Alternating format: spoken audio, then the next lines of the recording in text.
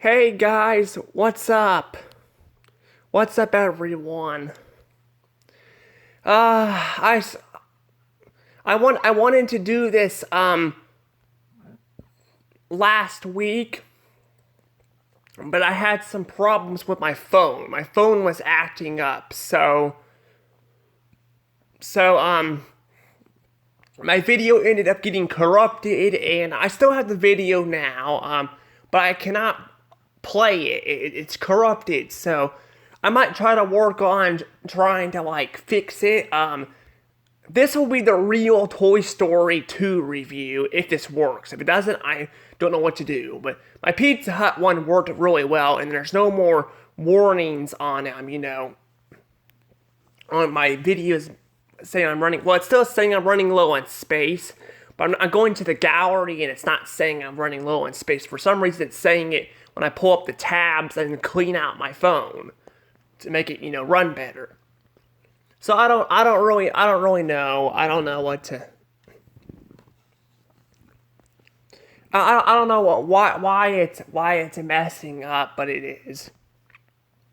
It's probably telling me that it's probably telling my phone, my memory card on my memory card was full, but now it's telling me I think my phone is full, because it is. That might be why it's telling me that, still that giving me that message, but not actually notifying me when I go into the gallery to do these things. So I don't know. I don't know what to say here.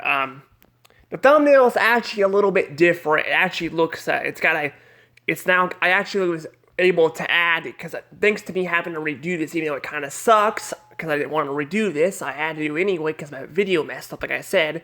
I was able to add the 3/27 at the bottom, so that's at the bottom now, so.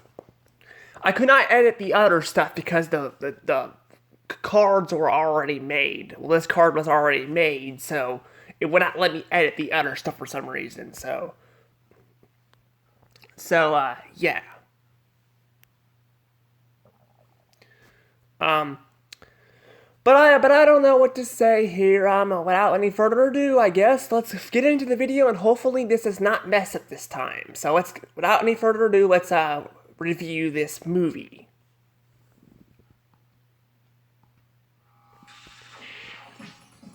Toys.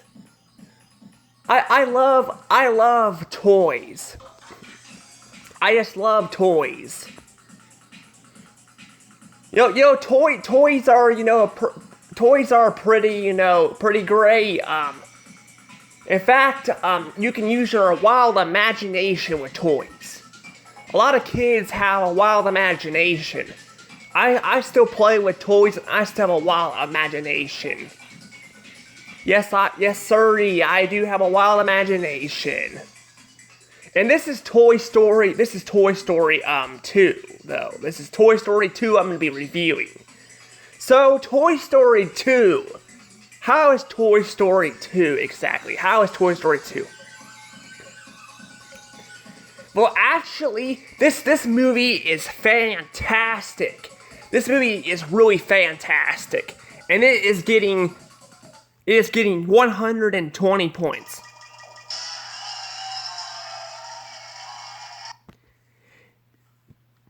Yes, this movie is just fantastic. I just love this movie so much. This is everything Toy Story 1 did, but better. But even better. This is really good. This is a really good Toy Story movie. See, the first movie was about it was about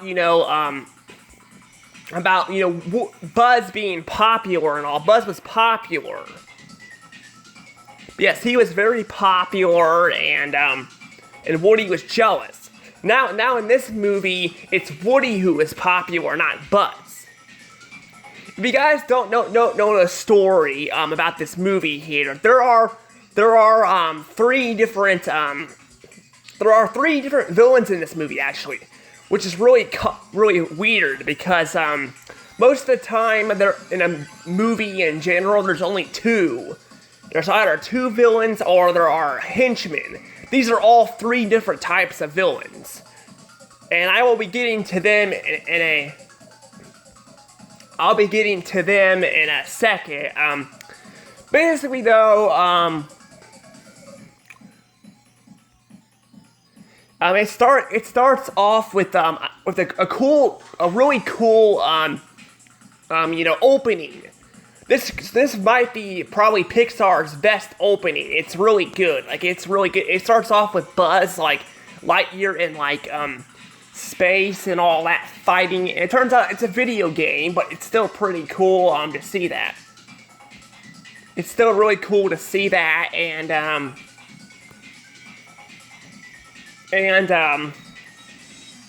yeah, it's pretty cool to see that, and, another thing I gotta say I like is that Bo Peep's really sweet. I really like her. I only talked about her a little bit in the first movie, but she's kind of only in this movie a little bit too. But I like how Woody loses his hat. He loses his hat. I feel his pain. I've lost memory cards in the past. I feel his pain. His hat. Basically, he's concerned about going to Andy with camp because basically he's concerned about that though because he doesn't have his hat, and he's worried that Andy will not love him without his hat. And Bo Peep flat out told him that without your hat, it doesn't matter. Andy will still like you and all that, which is that's true. You don't need to have a hat to be, good. But yeah, basically though,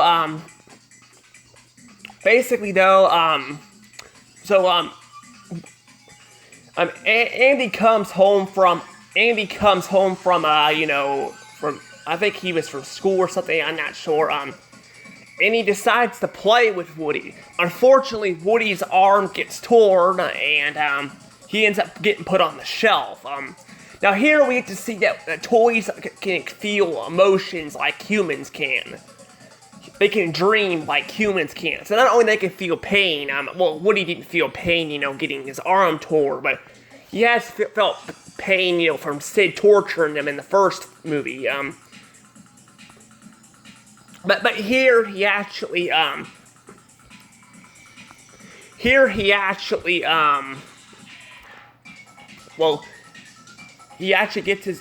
dreams about Andy throwing him away because his arm is broken, which is kind of depressing if you think about it. It's depressing, but at the same time, it was just a dream, and what ends up happening when he wakes up from his dream is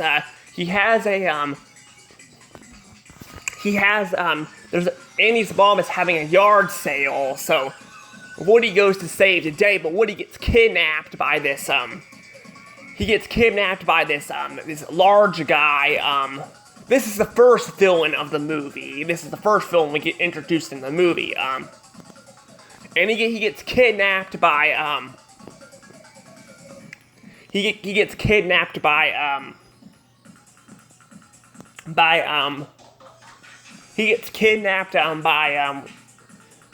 this guy named Al.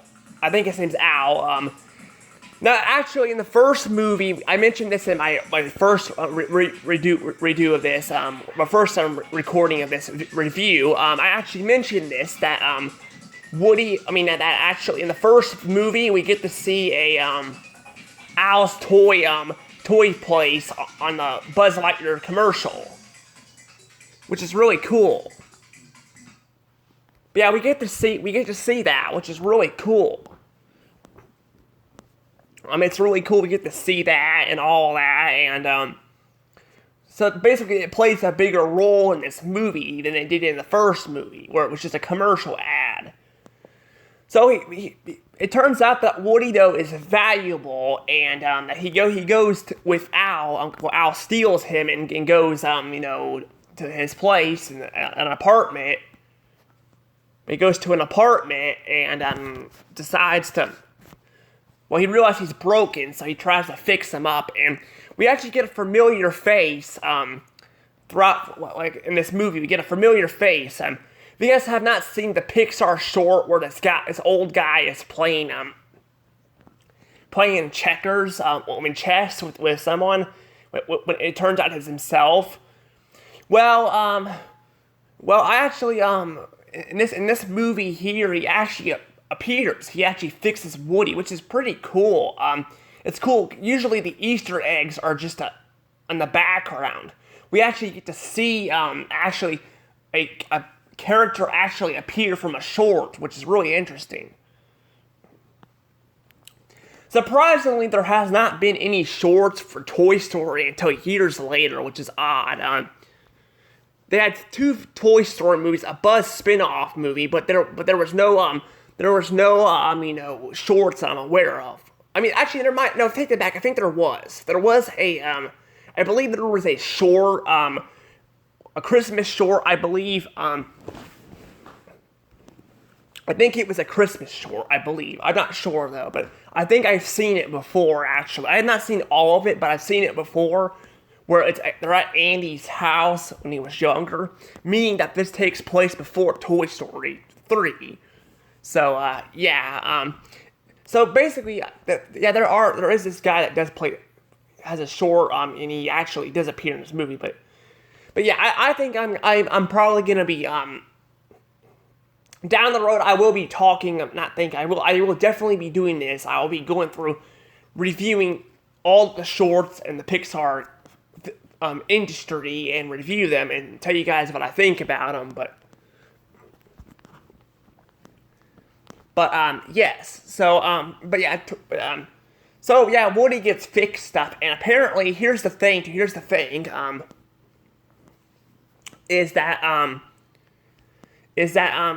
while Woody's at the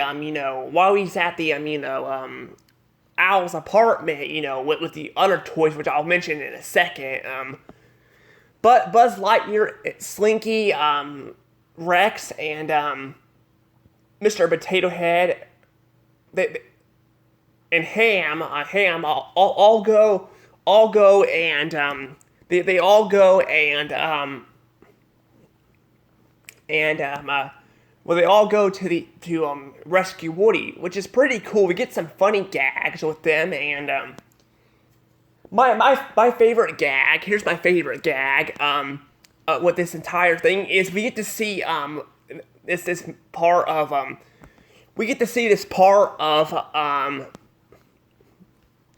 where Buzz actually is in an aisle with Buzz Lightyear toys, and we get to see how him react to a toy who actually thinks he's a space ranger, and he's like, am I really that stupid?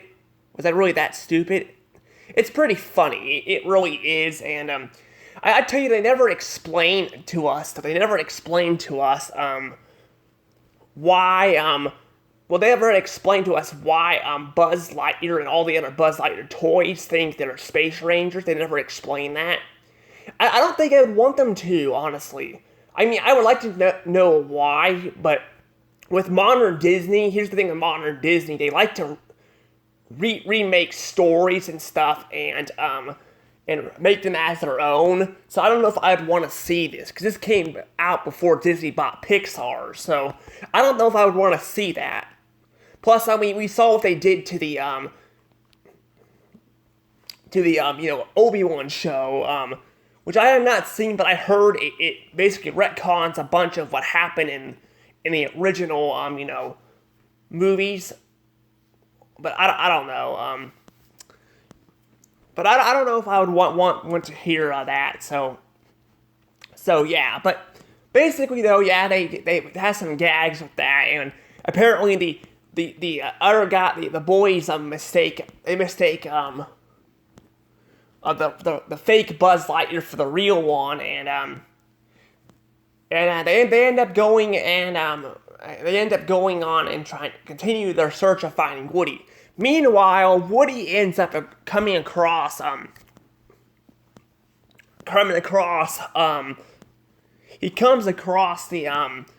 Jesse and the prospector and Bozai, or whatever the heck his name is. I don't even know his name, but basically, though, that's probably not the funniest part of the movie. It's more emotional than anything, but I think it works. I think it's good. Now I get excited when I get to see the Buzz Lightyear stuff back on there. Because I think I prefer that part of the movie over the other stuff. So Buzz Lightyear might be my favorite character of the Toy Story universe. He might be. I think he's my favorite. But overall, I think I think that they have good moments with the Woody side too, because basically they show a backstory where Jessie gets basically what happens is she has an owner. Now I said in my last review of this as well before it messed up that I actually mentioned that I felt like it was kind of unnecessary to really show that off because we already kind of know. But at the same time, I also mentioned that it's nice to see Andy. Jesse's owner. That was pretty nice, and I still agree with that. I still think I don't think it's unnecessary, as I said. I said it kind of wrong the first time. No, it's not unnecessary. It's still pretty. I think it's a pretty good flashback. It's really emotional. Now I gotta tell you guys this. I am not a fan of the I am not a fan of the song that plays in Jesse's backstory. I don't like it. I just don't like it at all. I think it's kind of. I think it's because it's depressing. I think that's why I don't like it. It just sounds depressing. I don't think I like sad songs. I don't know. I mean, to be fair, they have sad music on SpongeBob and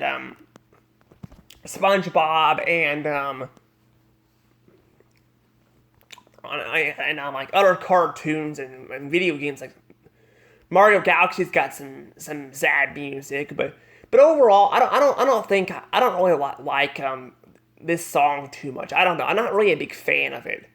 Now, that might be an unpopular opinion. Maybe other people like it. I just don't like it too much. I don't really like the song. I think it's a little too depressing and stuff. I do like the flashback we get to see of Jesse. It doesn't hurt the flashback. The flashback's still really sad, but I'm just not a really big fan of the song. I'm not a big fan of the song at all and all that, but I am glad they show Jesse's backstory, though. I am.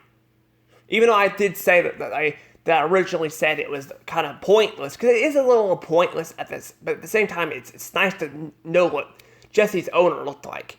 And a lot of people say that it was Andy's mom. People have theories it's Andy's mom when she was younger, but it's not. She's got red hair. She's a ginger. So she's got red hair. Andy's mom has got like blonde hair. So I don't think it's the same person. Plus, if it was Andy's mom, Jessie would have addressed this when she met Andy's mom. So yeah. But basically, I think that's the most emotional part of the show. I do like that. I do really like how we get to see Woody's side of the story and focus more on him, and that he was actually valuable, and that Jessie, and people might argue Jessie was kind of being a bit rude to Woody. At the same time, Jessie, went through a whole lot. We can relate with her. We've all gone through things that were rough, so we can relate with her. And she was not being totally rude. Yeah, you could argue like she was complaining about Woody, going back to Andy, because, but to be fair, it's Andy's, toy, and all of Woody's friends are back there, so you could argue that ditching, them is wrong, but that might be the only thing I don't like about Jessie in this movie, but otherwise, she's really not that bad of a character. They write her pretty well in this movie, they do. And also, we should go back to the Buzz Lightyear part. Apparently, Buzz Lightyear, the fake one, meets Zurg. that's the other villain in this movie. He's a villain too. Now, unlike the other two villains, which I already mentioned one, I've not mentioned the other one yet, but he's actually not really that bad of a guy. Yeah, he tries to destroy him, but he has an excuse because he thinks he's a real toy. Man, he thinks he's a real not a real toy, person. So he's kind of like in the Buzz Lightyear way, where he thinks he's a real a real villain or something. But at the end, he ends up playing catch with the fake Buzz, and they have a happy ever after. So that's pretty good. I like that. I do like that a lot.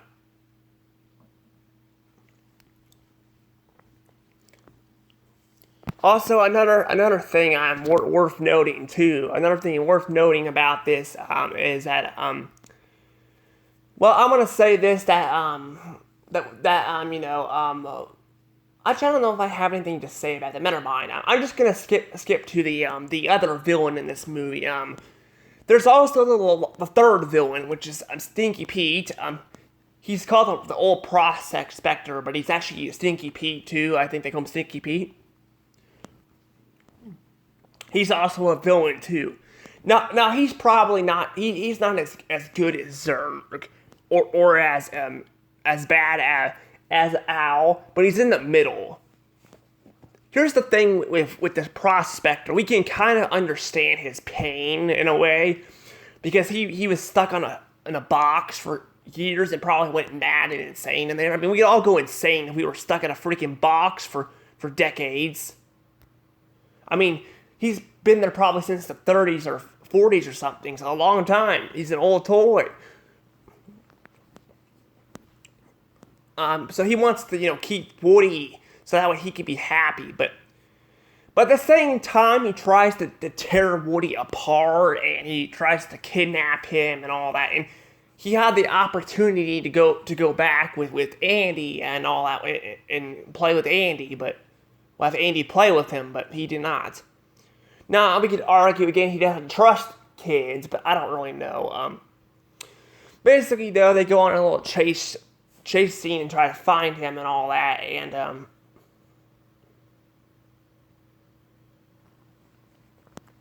and yeah, so but then they get back home, and that's basically how the movie ends. Also, forgot to grab my paper. Hold on.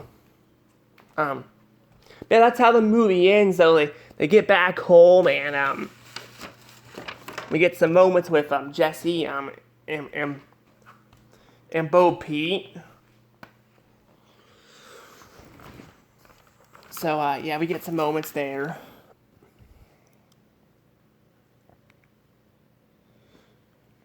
But overall, I think this movie is definitely deserves 120 points. Definitely one of the.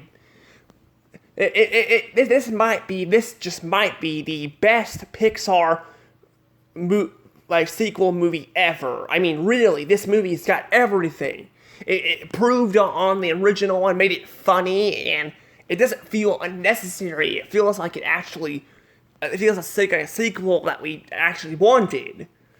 And at the same time, I have not seen all the sequels. I have not seen The Incredibles 2, but that movie I hear was really bad. Well, not really bad, but it wasn't really great, so I don't know.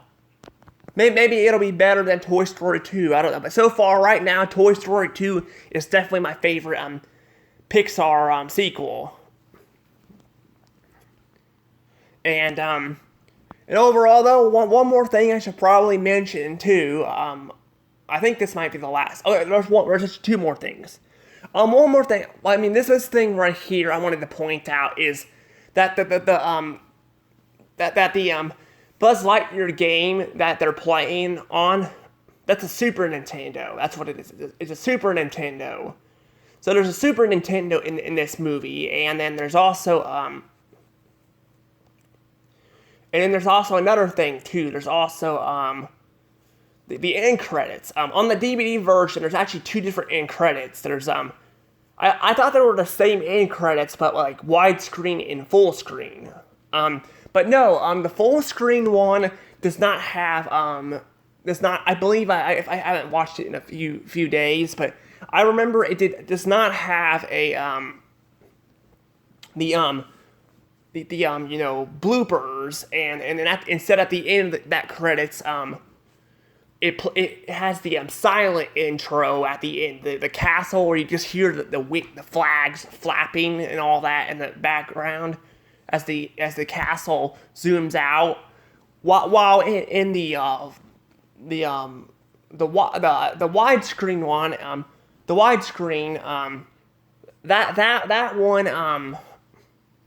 that one actually has the bloopers, and they actually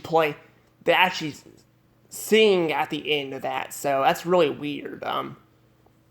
It's really weird how that's different, but that's how it is, though. That's how it is. I also been noted too that speaking of the CGI castle and stuff, I have heard some people say that some DVDs of WALL-E have it, but I'm not certain on that. I'll keep an eye out for that.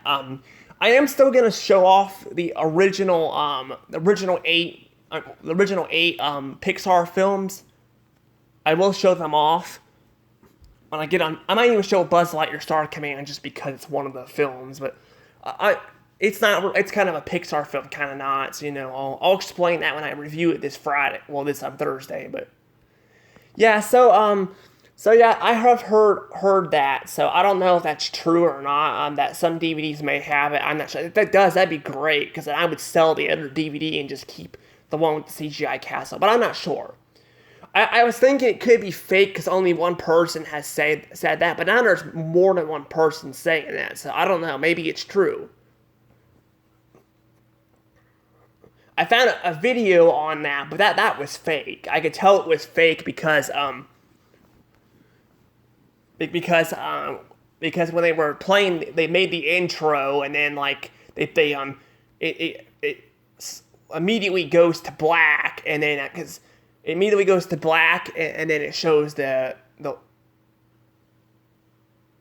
Pixar lamp segment, and then the WALL-E opening. So that was definitely fake because it would have slowly gone black, not just immediately, because that's what the intro does. I think even the new one does that too, but I don't know.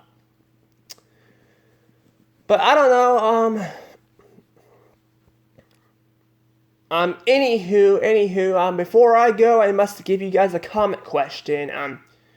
The comment question of this movie here is, what is your guys' favorite Toy Story sequel?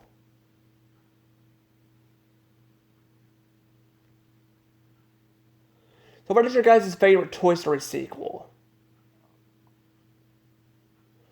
It could be 2, 3, or 4. And remember, no spin-off movies. It has to be a sequel. So no Buzz Lightyear, Star Command, or Lightyear. Those are not sequels. Those are spin-offs. Well, I guess Lightyear ain't even a sequel. It's a freaking completely different film. But we'll get to that film. We'll get to that film eventually. But yeah, please let me know down in the comments below. And also, one more thing I need to know. I forgot to mention this. I think even my last review of this, before it messed up, like I mentioned a million times, that in the end credits, there's a Barbie segment with Stinky Pete. It's actually cut, I think, in this DVD too. I didn't see it there, but I heard there are some DVDs, I think, or VHSs that have this. So I'm not sure. That's pretty interesting though. That's it though. But I don't know. I'm gonna let this go though. So please subscribe to my channel and hit that notification bell. And see you guys all next time. This is Dash Show. I'll see you guys later for the Fairly Odd Parents review. Bye.